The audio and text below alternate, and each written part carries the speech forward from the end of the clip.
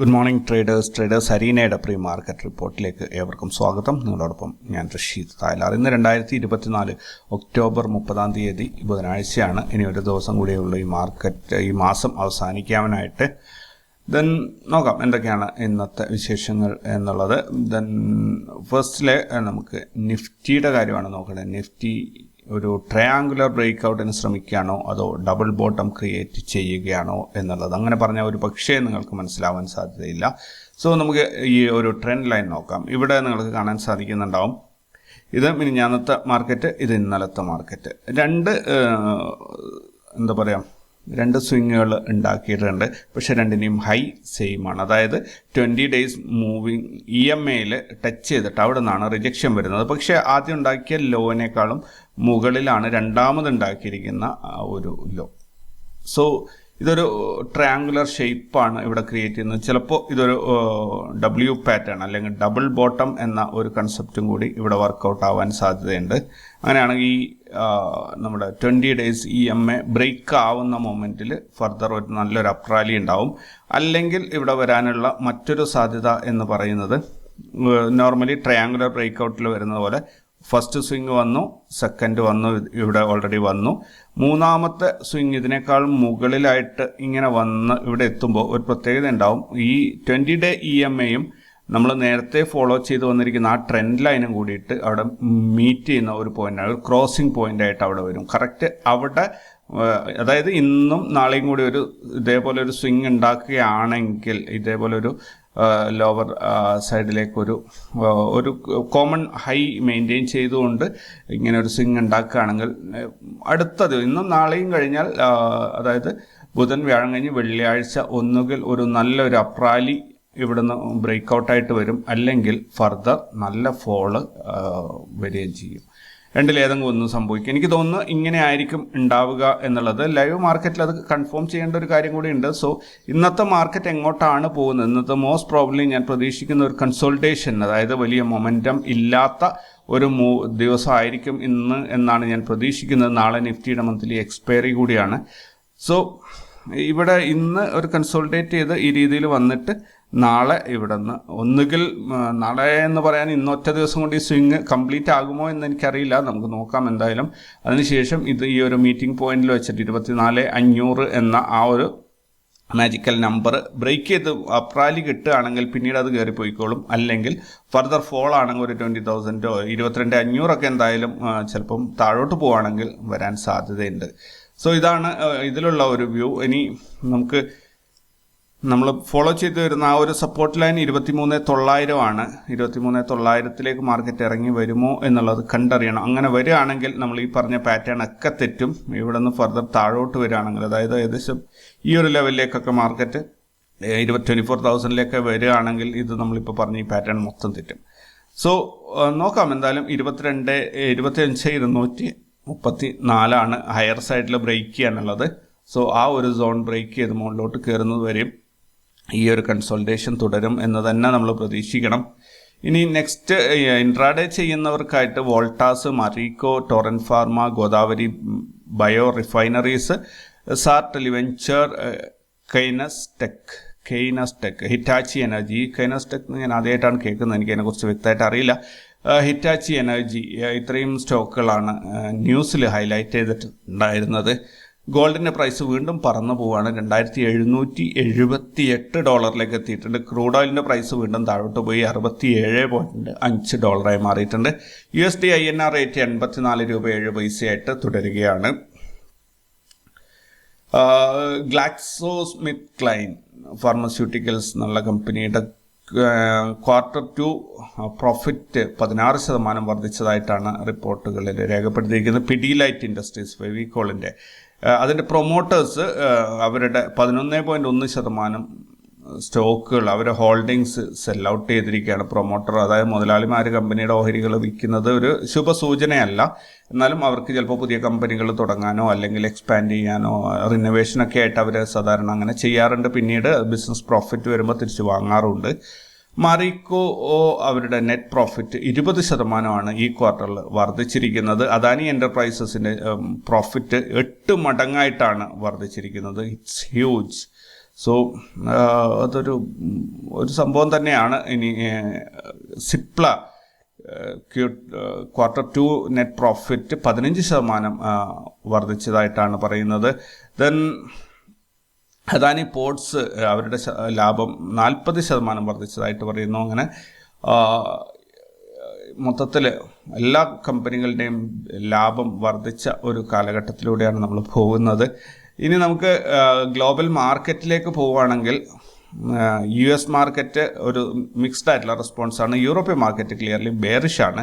അതുകൂടാതെ മറ്റ് ഇൻഡെക്സുകൾ, ഏഷ്യൻ ഇൻഡെക്സുകളെല്ലാം തന്നെ ബെയറിഷായിട്ടാണ് പോയിക്കൊണ്ടിരിക്കുന്നത്.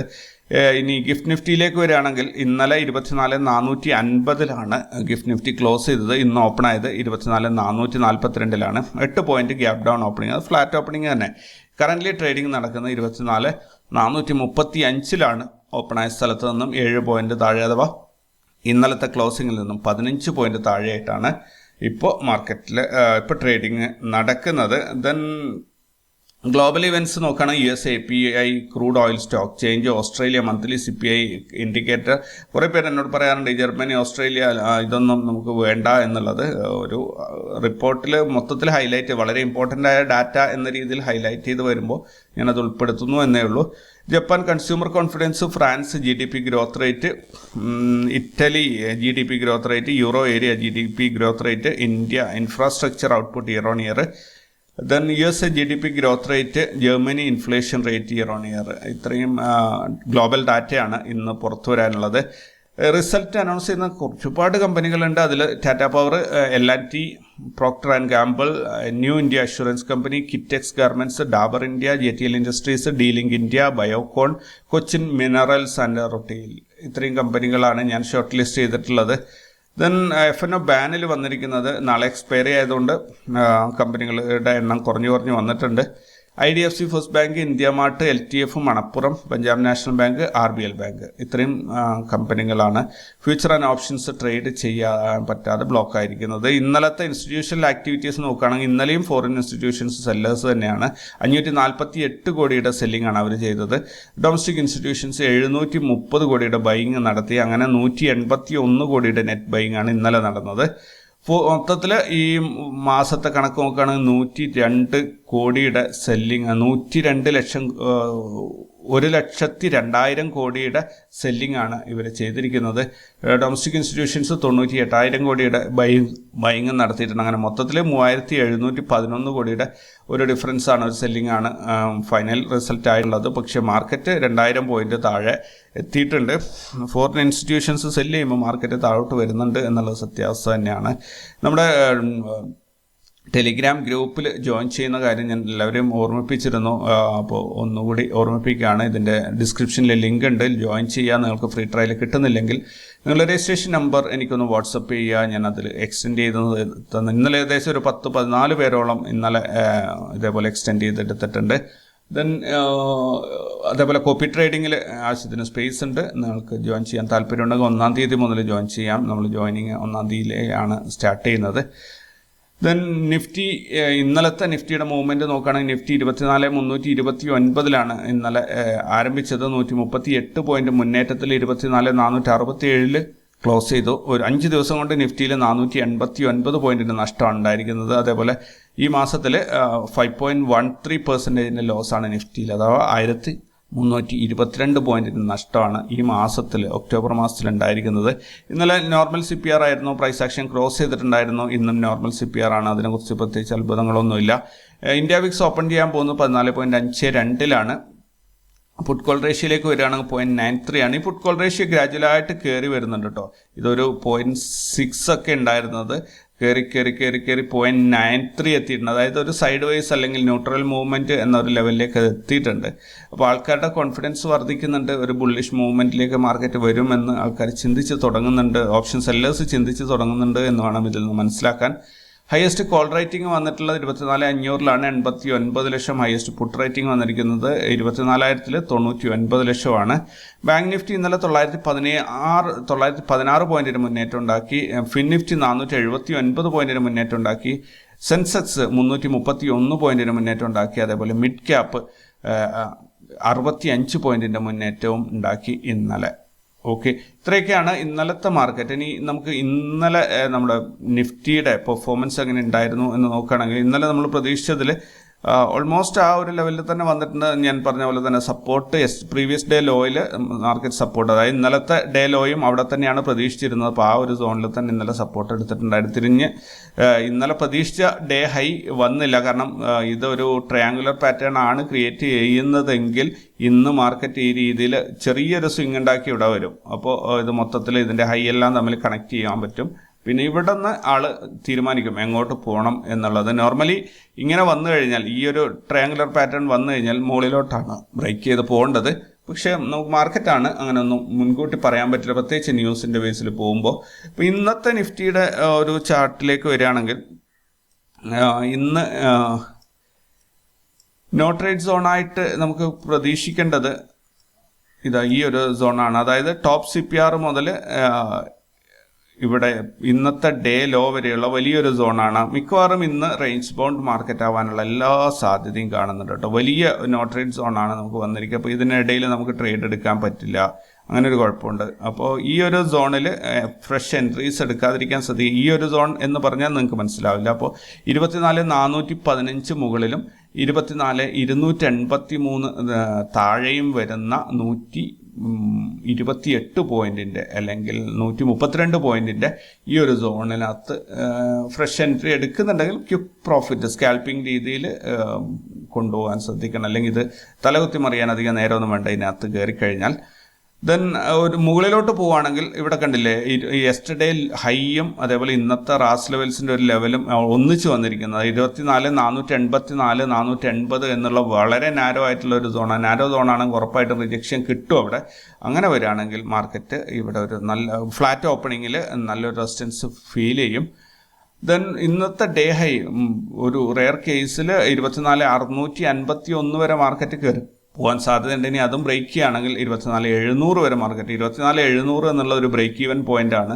അവിടെ നിന്ന് കട്ട് ചെയ്ത് കഴിഞ്ഞാൽ 25,000 കട്ട് 25,200 ശരിക്കും ഒരു ബുള്ളിഷ് റാലി കൺഫേം ചെയ്യാൻ വേണ്ട അത്രയും പോകാനുണ്ട്. സോ ഇനി മാർക്കറ്റ് ഒരു ലോവർ സൈഡിലേക്ക് വരികയാണെങ്കിൽ യെസ്റ്റർഡേ ലോ എന്ന് പറയുന്ന ഈ ഒരു സോണിൽ നല്ലൊരു സപ്പോർട്ട് എടുക്കാൻ സാധ്യതയുണ്ട്. നമ്മൾ ടെലിഗ്രാം ഗ്രൂപ്പിൻ്റെ കാര്യം ഞാൻ ഒന്നുകൂടെ ഓർമ്മിപ്പിക്കുകയാണ്. എല്ലാവരും ആ ഗ്രൂപ്പിലൊന്ന് ജോയിൻ ചെയ്യുക. എന്താണ് ട്രേഡിങ്, ഒരു സിസ്റ്റമാറ്റിക് ട്രേഡിങ്ങിൻ്റെ അനുഭവങ്ങൾ ഒന്ന് നിങ്ങൾക്ക് കിട്ടാൻ വേണ്ടിയാണ് ഞാൻ പറയുന്നത്.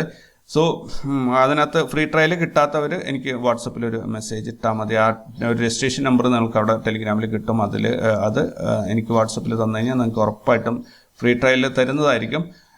ഇതിൻ്റെ ഡിസ്ക്രിപ്ഷനിൽ ജോയിൻ ചെയ്യാനുള്ള ലിങ്ക് ഉണ്ട്. അതേപോലെ കോപ്പി ട്രേഡിങ്ങിലേക്ക് വരുന്നവർക്കും തീർച്ചയായിട്ടും ആവശ്യത്തിന് സ്പേസ് ക്രിയേറ്റ് ചെയ്തിട്ടുണ്ട്. ആർക്കെങ്കിലും ജോയിൻ ചെയ്യാൻ താല്പര്യമുണ്ടെങ്കിൽ അതിലേക്ക് വരാം.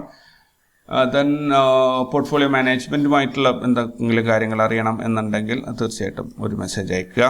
ദെൻ 24,140 121 എന്ന ഈ ഒരു സോണിൽ മോസ്റ്റ് പ്രോബബ്ലി ഇന്ന് മാർക്കറ്റ് ലോവർ സൈഡിൽ സപ്പോർട്ട് എടുക്കാൻ, അതായത് ഇതിൻ്റെ താഴെ പോവില്ല എന്ന് തന്നെ നമുക്ക് ഉറപ്പിക്കാം. ന്യൂസ് നല്ലപോലെ വന്നു കഴിഞ്ഞാൽ ഇതെല്ലാം ഇതിൻ്റെ അപ്പുറത്ത് താഴെ പോകും, അത് വേറൊരു കാര്യമാണ്. പക്ഷേ ടെക്നിക്കലി ഈ ഒരു ലെവൽസിൻ്റെ ബേസിൽ ഇതാണ് ലോവർ സൈഡ് വരാനുള്ളത് റെയർ കേസിൽ. അല്ലെങ്കിൽ ഇവിടെ 24,283 വരെ ലോ വരുള്ളൂ. അതായത് ഈ ഒരു സ്വിങ് ഇവിടെ നിന്ന് ഇങ്ങനെ വന്നിട്ട് ഇവിടെ, അതായത് ഇന്ന് ഫ്ലാറ്റ് ഓപ്പണിംഗ് കിട്ടുകയാണെങ്കിൽ മാർക്കറ്റ് താഴോട്ട് ഇറങ്ങിയിട്ട് ഈ നോ ട്രേഡ് സോണിൽ കയറും. അവിടെ ഇങ്ങനെ കൺസോൾഡേറ്റ് ചെയ്തിട്ട് വൈകുന്നേരം ആകുമ്പോൾ തിരിച്ച് മുകളിലോട്ട്. ഇത് ഓർത്ത് വെച്ചോളൂ, മോസ്റ്റ് പ്രോബ്ലി അങ്ങനെയാണ് സംഭവിക്കാൻ പോകുന്നത്. ഇവിടെ നിന്ന് ഞാനിതൊന്ന് കളയുന്നുണ്ട്. ഓക്കെ, ഇവിടെ നിന്ന് മാർക്കറ്റ് ഒരു ഫ്ലാറ്റ് ഓപ്പണിംഗ് ആണ് കിട്ടുന്നതെങ്കിൽ ഇങ്ങനെ ഒരു മരവിച്ച ഒരു മൂവ്മെൻറ്റിലൂടെ ഇങ്ങനെ വന്നിട്ട് വൈകുന്നേരം ആകുമ്പോൾ തിരിച്ച് അവിടെ തന്നെ കയറി വന്നിട്ട് അങ്ങനെ ആയിരിക്കും മോസ്റ്റ് പ്രോബ്ലി ഇന്ന് കിട്ടുക എന്ന് എനിക്ക് തോന്നുന്നു. എങ്കിൽ മാത്രമേ ഈ ട്രയാങ്കുലർ പാറ്റേൺ വർക്കൗട്ട് ആവുള്ളൂ. സോ നോക്കാം എന്തായാലും ലൈവ് മാർക്കറ്റിൽ. അപ്പോൾ കൂടുതൽ വിശേഷങ്ങളും വാർത്തകളൊക്കെ ആയിട്ട് പ്രോഫിറ്റബിൾ ട്രേഡർ ആവുക എന്നുള്ളതാണ് ഏറ്റവും ഇമ്പോർട്ടൻറ്റ്. അപ്പോൾ പ്രോഫിറ്റ് ക്രിയേറ്റ് ചെയ്യാൻ, ചെറിയ പ്രോഫിറ്റ് ആയാലും ഈവൻ ലോസ് ഇല്ലാതെ നിങ്ങൾ പോകുന്നുണ്ടെങ്കിൽ മനോഹരമായൊരു കാര്യമാണ്. ട്രേഡ് ചെയ്തിട്ട് ബ്രോക്കറേജ് അടക്കം അതിനകത്ത് കവറപ്പായി കിട്ടുന്നുണ്ടെങ്കിൽ വലിയ പ്രോഫിറ്റൊന്നും ഇല്ലെങ്കിലും ഇന്നല്ലെങ്കിൽ നാളെ നിങ്ങൾ നല്ലൊരു പ്രോഫിറ്റിലേക്ക് കയറി വരും. പക്ഷേ ലോസിൻ്റെ കൂടെ ബ്രോക്കറേജും കൂടി അഡീഷണൽ ലോസ് ആയിട്ട് വരുന്നുണ്ടെങ്കിൽ അവിടെ നിങ്ങൾ ശ്രദ്ധിക്കണം. അതേപോലെ ലോസ് ഒരു പരിധിക്ക് അപ്പുറത്ത് പോകാം. ഒരു മാസം പരമാവധി 20% വരെയൊക്കെ കൊണ്ടുപോയിക്കോളൂ. പക്ഷേ അതിൻ്റെ മുകളിലോട്ട് നിങ്ങളുടെ ലോസ് കൊണ്ടുപോകരുത്. ഓപ്ഷൻ ബയേഴ്സിനോടാണ് ഞാൻ പറയുന്നത്. സോ ഒത്തിരി പേര് എന്നോട് ഓപ്ഷൻ ബൈയിങ്ങിൻ്റെ ക്ലാസ് എടുക്കാമോ എന്ന് ചോദിക്കുന്നുണ്ട്.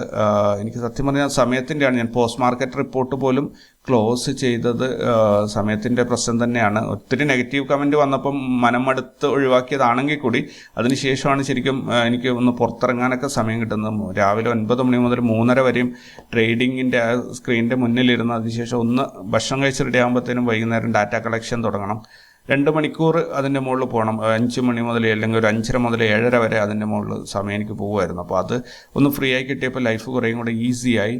പ്രത്യേകിച്ച് യൂട്യൂബിൽ നിന്നും ഒരു വരുമാനമോ കാര്യങ്ങളോ കാര്യമായിട്ട് അതിനകത്തൊന്നും തന്നെ ഇല്ലാത്തതാണ്. അപ്പോൾ അതുകൊണ്ട് തന്നെ ഒത്തിരി സമയം സ്പെൻഡ് ചെയ്യുമ്പോൾ ശരിക്കും എനിക്ക് ഇൻട്രസ്റ്റ് ആണ്. പക്ഷേ കൂടെയുള്ളവർ, അത് കേൾക്കുന്നവർ വളരെ നെഗറ്റീവായിട്ട് മോണിറ്റർ ചെയ്യുമ്പോൾ കാശുമില്ല, അപ്രിസിയേഷനും ഇല്ലെങ്കിൽ പിന്നെ അതിനൊരു താല്പര്യം ഉണ്ടാവില്ല. അത് ഏതൊരാൾക്കും അങ്ങനെ തന്നെയാണ്.